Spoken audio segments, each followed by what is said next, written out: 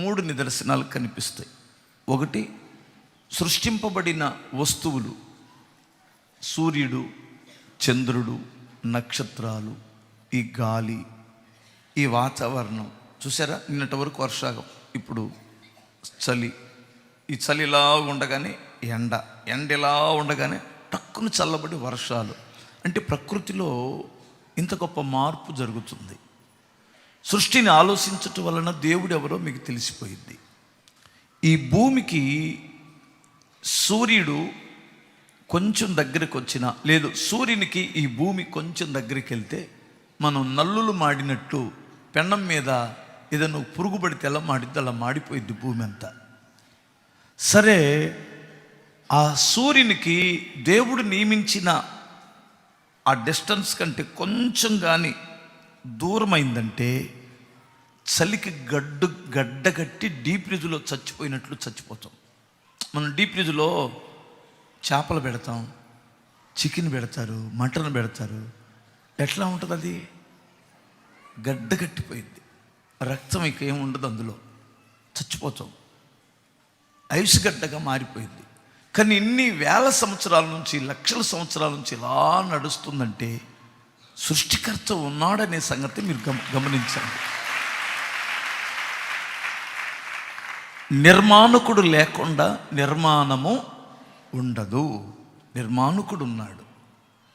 దీన్ని బట్టి మనకు దేవుడు ఉన్నాడనే సంగతి తెలిసింది. రెండవది, మన అంతరాత్మ సాక్ష్యం ఇస్తుంది దేవుడు ఉన్నాడు అని. ఏంటి చెప్పండి? మన అంతరాత్మ. నరుని ఆత్మ యెహోవా పెట్టిన దీపం. ఆ దీపం ఆరిపోతేనే ఈ శరీరం నిర్జీవంగా పడిపోయి దీని మీదకి రకరకాలైన బ్యాక్టీరియా అంతా దాడి చేసి ఇది ఉబ్బిపోయి, కుళ్ళిపోయి, కంపు కొట్టి మట్టిలో కలిసిపోయింది. మరి ఇప్పుడు కుళ్ళు పట్టదే? గమనించారా? ఇప్పుడు కుళ్ళు పట్టదే? ఇప్పుడు కూడా బోల్డ్ బ్యాక్టీరియా మన మీద పనిచేస్తూ ఉండదు. ఇప్పుడు బాగానే ఉంది. ఎందుకంటే మన శరీరం, మనలో ఎప్పుడైతే దేవుడు పెట్టిన ఆత్మ ఉందో మన ప్రాణము, శరీరము శక్తితో నిలబడింది. దాంతో పోరాడి గెలుస్తుంది. అందుకనే మన అంతరాత్మ దేవుణ్ణి ఒప్పుకుంటూ ఉంటుందన్నమాట.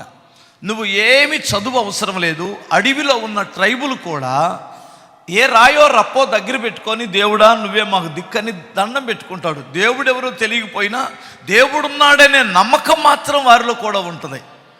అంటే అప్పుడు ఏం చెబుతుంది? సాక్ష్యం అంతరాత్మ చెబుతుంది.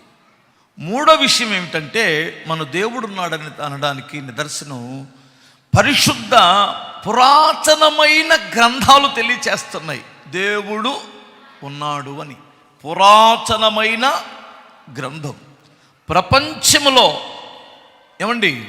ప్రపంచములో మొట్టమొదటి ఆది గ్రంథం ఏదైనా ఉందంటే అది పరిశుద్ధ గ్రంథం. ఇది జలప్రలయానికి ముందున్న మనుషులని వారి చరిత్ర తెలియచేసింది. జలప్రలయానికి ముందున్న చరిత్రని తెలియచేసింది. జలప్రలయము తర్వాత ఒక తండ్రి, 3 కొడుకులు, వారి 4 భార్యలు, అంటే 3 కోడళ్ళు, అత్తగారు, 8 మంది మాత్రమే మిగిలారు. ఈ 8 మంది ద్వారా మరలా తిరిగి ప్రపంచం ఇంత విస్తరించింది. అది వాస్తవం. అది వారు ప్రయాణం చేసిన ఓడ టర్కీలో ఇప్పటికీ ఉందని శాస్త్రవేత్తలు కనుగొన్నారు.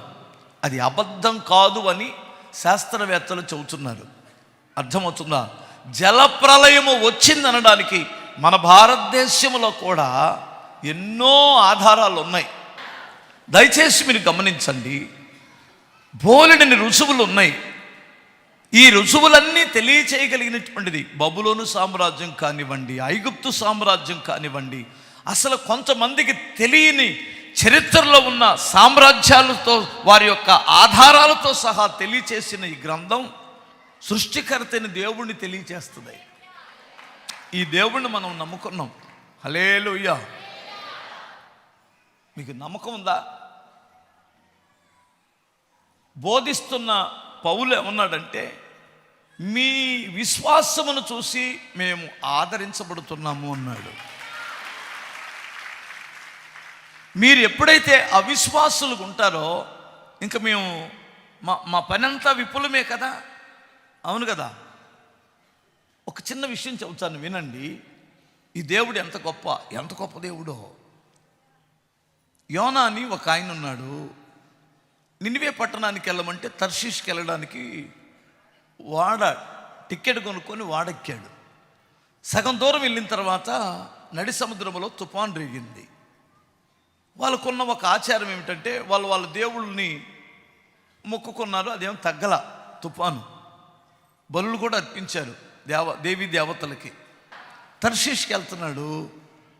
సరే ఎందుకు వచ్చింది ఈ దరిద్రం, ఎవరి ద్వారా వచ్చిందంటావని వాళ్ళకు ఒక ఆచారం ఉంది, చీట్లు వేసుకోవడం. చీట్లు వేసుకుంటే ఈ వాడలో ఒక 50 మంది ఉన్నారనుకో, 50 చీట్లు వేస్తే యోనా అనేవాడి పేరు వచ్చింది. ఆడు తీరా లెక్కేస్తే 49 మందే ఉన్నారు. ఇంకొకడు ఎక్కడున్నాడు, ఎక్కాడా, వాడెక్కాడా, యోనా అనేటువంటి వాడు వాడెక్కాడా అంటే ఎక్కాడు సార్ అని కెప్టెన్కి చెప్పారు. మరి ఆడు ఎక్కడున్నాడు ఎత్తకండి అంటే అడుగు భాగానికి వెళ్ళి డిస్టర్బ్ లేకుండా, పైన తుఫాను వచ్చి గాలి వస్తుందని అడుగు భాగానికి వెళ్ళి హ్యాపీగా దిండేసుకొని నిద్రపోతున్నాడట. వాళ్ళకు మండింది. ఇంత తుఫాన్లో కూడా నువ్వు నిద్రపోతావేంట్రా దున్నపోతాడా, ఓ ఈ నిద్రపోతా. మనమైతే ఏమంటాం, దున్నపోతా అంటాం, వాళ్ళు నిద్రపోతా అన్నారు. అంతే తేడా. ఓ ఈ నిద్రపోతా, లేచి నీ దేవుడైన ప్రభువుకి ప్రార్థన చెయ్యి. ఇంతకు నీ దేవుడు ఎవర్రా అని అడిగారు. అప్పుడు నిద్రపోతాడు ఏమన్నాడు తెలుసా, భూమి ఆకాశమును సముద్రమును కలుగు చేసిన దేవుని సేవకుడు అన్నాడు. ఈ మాట కొరకు ఇది గుర్తు చేశాను. భూమి ఆకాశములను సముద్రాన్ని అందులో ఉన్న సమస్తమును కలుగు చేసిన సృష్టికర్తకు సేవకుడిని. మరి ఇప్పుడు దాకా మేము బలులు అర్పించింది ఎవరికరా, మీ ఇష్టం. హల్లెలూయా. అర్థమవుతుందా? ఇప్పుడు దాకా మరి మేము బలులు అర్పించింది వాళ్ళు భూమి ఆకాశమును సృష్టించలేదా, అది నీ ఆలోచించు, అన్వేషణ చేసుకో. ఎవరు సృష్టించారో ఆలోచించుకో, దానికి ఆధారాలను చూసుకో. ఇంకొక మాట చెప్పనా, ఆయనే సృష్టించాడు అనడానికి కారణం ఏంటో చెప్పనా, నన్ను తీసి ఎత్తి సముద్రంలో వేసుకోండి, అప్పుడు తుఫాన్ ఆగిద్ది, అప్పుడు దాకా ఆగదన్నాడు. ఊరే మరి ఇంత గొప్ప దేవుడు అంటున్నావు, నిన్ను తీసుకెళ్ళి సముద్రంలో వేసామనుకో, ఆ దేవుడు మమ్మల్ని చంపే పొరపాటును చంపడం. నేనుంటేనే చస్తారు మీరు, నేను మీ మధ్యలో ఉన్నానో మీరు చస్తారు. నన్ను సముద్రంలో వేస్తే మీరు బ్రతుకుతారు. ఇదేం గోలయా అంటే, నేను మాట వినని విశ్వాసిని. ఇప్పుడు అర్థం చేసుకోవాలి, ఎవడో కుటుంబములో దేవుని మాటకు వ్యతిరేకంగా ఉంటాడు, అక్కడ తుఫానులు రేగుతాయి, అక్కడ ప్రాణాపాయాలు వస్తుంటాయి. దేవుడు చెప్పేది ఒకటి, నువ్వు చేస్తున్నది ఒకటి. ఏనాడో నిన్ను ఆ మార్గం మంచిది కాదు, దాన్ని విడిచిపెట్టు, అది నీ కుటుంబానికి మంచిది కాదు, నీ భార్య పిల్లలకు మంచిది కాదు, నీ భర్తకి నీ పిల్లలకు మంచిది కాదంటే దాన్నే ఆ మార్గంలోనే నీ ఇష్టం వచ్చినట్టు వెళ్తున్నావు. అందుకని ఇన్ని తుఫాన్లు వస్తాయి. నువ్వు బాధపడింది కాక నీ ఇంటి వారిని కూడా బాధ పెడుతున్నావు. నువ్వు ఇప్పుడైనా యోనాలాగా మారితే నన్ను ఎత్తి అందులో వేయమంటాడు. స్తోత్రం చెప్పగలరా? మనం ఎక్కడేద్దాం వాళ్ళని? వినాలి జాగ్రత్తగా. హల్లెలూయా. నిజంగా భూమి ఆకాశమును సృష్టించిన దేవుడేనని దేవుడు, అవును కావాలంటే వేసుకొని చూసుకో అన్నాడు. మాకేం కాదా, ఏం కాదు, నేనుంటేనే మీకు రాసు, వేసేయండి అన్నాడు. కాళ్ళు చేతులు పట్టుకొని 1 2 3 అన్నాడు.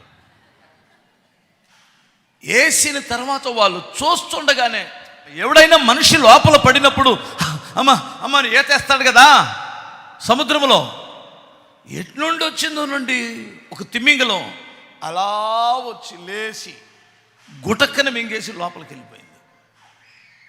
తుఫాను సెకండ్లో ఆగింది. బాబోయ్, ఆడు చచ్చాడు కానీ ఆ దేవుడు మాత్రం నిజమైన దేవుడురా. హల్లెలూయా. ఆడు ఎందుకు చచ్చాడు? వాళ్ళ దృష్టిలో చచ్చినట్టే కదా, వాళ్ళ ఉన్న దృష్టిలో చచ్చినట్టు. ఆడు చచ్చాడు కానీ ఆ దేవుడు మాత్రం నిజమైన దేవుడు రా బాబు. ఆయన, మనం అనవసరంగా బలులు అర్పించాము కానీ అసలు బలి అర్పించవలసిన దేవుడు ఆయనే. అసలు ఆరాధింప తగిన దేవుడు ఆయనే. స్తోత్రగానము నీకే యేసయ్యా, క్షేత్రములన్నిటిలో మించిన దేవుడవు, సాటిరారు ప్రఖ్యాతులెవ్వరు, సరిలేరయ్య నీకు ఏ దైవము. అందులో చరణం, గిరులన్నిటిలో